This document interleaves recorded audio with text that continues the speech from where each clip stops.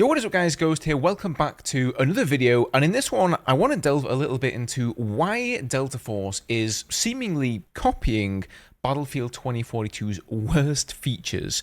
I don't think there's anything wrong necessarily with them taking inspiration from the Battlefield franchise, but I do find myself scratching my head at what their choice of those mechanics and of those operators and maps and all this stuff that they're actually taking inspiration from within Battlefield 2042. I just don't really get it.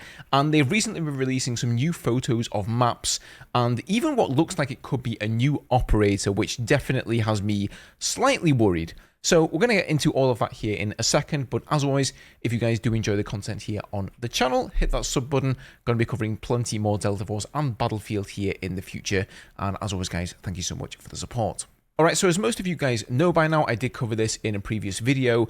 Delta Force are slowly ramping up more and more information that they're giving out about the game, ramping that up to the release of the game on the 5th of December. And this week, from the 3rd to the 9th of November, we have information on Havoc Warfare mode, so every day it seems like they're giving us a new map.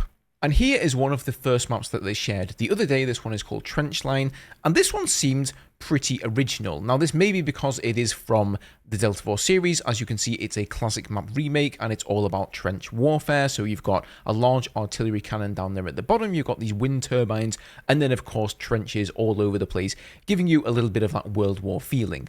But since this one's come out, they've also shared a couple more with us. So this is the second one they shared. This is called Shafted, and I shit you not, they literally made a Twitter post saying get shafted, which I found hilarious because that's something that EA would never do in 1,000 years. But you're going to notice, if you're anything like me, that this map is extremely similar to Renewal. And if we read the description here, it says, tracks stretch across the desert while a tunnel boring machine roars underground. The mysterious agricultural lab runs day and night. Is it a breeding ground for a new global threat or a birthplace for the next generation of crops? Raid the station, cut off the main power line through the tunnel, and find the truth waiting at the end of the tracks. So this image here in particular is them growing these synthetic crops, and this is basically the lore behind the Renewal map in Battlefield 2042. And if we take a look at this image here, I know it's not the best quality, but you guys will recognize this, right? Pretty similar theme going on there, and I just have difficulty thinking that this is a coincidence. Here's one of the other maps. This one is called Threshold, and it says the border where Europe meets Africa, the site of Havoc's climate research base. Over time, the base came known to be the Global Storm Center. So again, the lore here is all about like global storms around the world and some sort of dystopia going on, following an unexplained tsunami in the region. And I want to direct your attention to this particular shot here, because once again, I saw this and I instantaneously thought of Renewal. For those of you, again, who have played the map, you'll know that there's these two garage doors that lead through the wall and let you get into the grassy side of the base, or indeed into the desert. And this reminds me of inside the grassy area looking out into the desert. Of course, you know, garage doors aren't something that DICE invented. I'm aware of that. But I just really can't shake looking at this image and thinking, wow, that really does look similar to Renewal. And as a little bit of a reference here, I found this image. So these are the garage doors from Renewal. These ones are shut. I could have gone in game and taken a proper screenshot for you guys, but I'm going to be honest, I couldn't be bothered.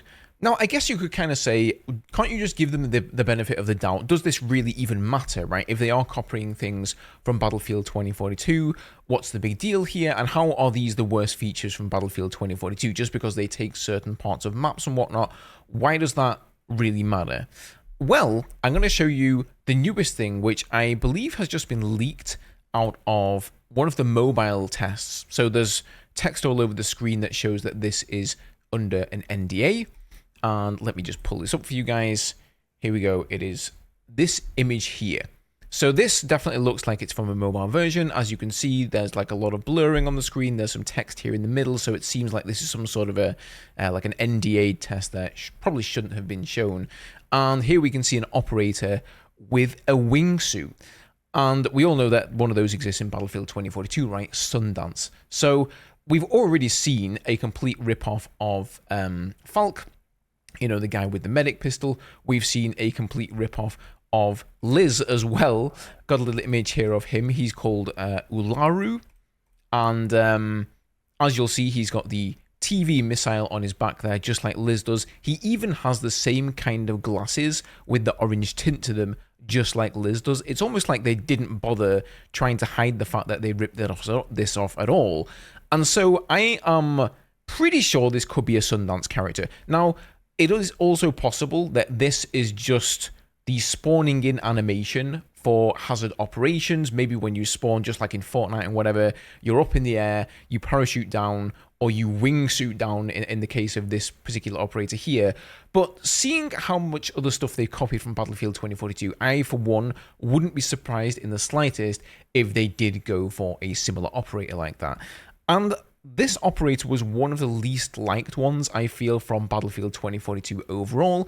In general, I think the community weren't big fans of all of the added movement, you know, with McKay, with the grappling hook, again with Sundance here. And so it really does have me scratching my head as to if they're going to copy things from Battlefield 2042, why are they copying like the worst parts of it? Why do they even have operators overall? Maybe it's so that they could flesh out the hazard operations mode, right? I guess they kind of need operators there, these sort of hero characters, to make that mode work, rather than in Havoc Warfare where nameless generic soldiers would work better, I think. Now, again, I know for a lot of people this thing doesn't really matter, right?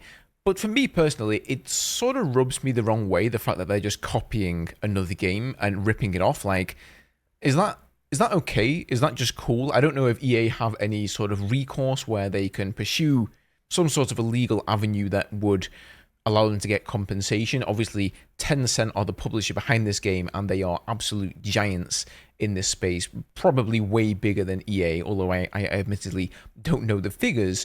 But it just doesn't seem very fair. Again, anything that ties this game as well to Battlefield 2042, I think, is also a negative point, because there's a lot of negativity in general around Battlefield 2042 and a lot of these features that the Battlefield community didn't like. So if their goal is to attract Battlefield players to come and play Delta Force's Havoc Warfare mode, then I'm not sure this is the way to go. Again, maybe this isn't a new wingsuit character, maybe it's just the spawn into the hazard operations, but I certainly won't be surprised. Guys, let me know what you think about this down below. Are you going to be trying out Delta Force? Personally, I feel like the hype around the game is kind of lessening of late. I think there was a lot of hype around it at first, and after the second playtest came out, and it was sort of the same as the first playtest, it's been dying down a little bit. Don't get me wrong, I'm certainly going to play the game, I'm going to make some videos on it, and I enjoy it for what it is, but is it really going to be around and as big of a game as everybody expects? I don't know. I guess we'll have to wait and see. Let me know what you think about it down below, guys. As always, thank you for watching the video, and I'll see you all in the next one.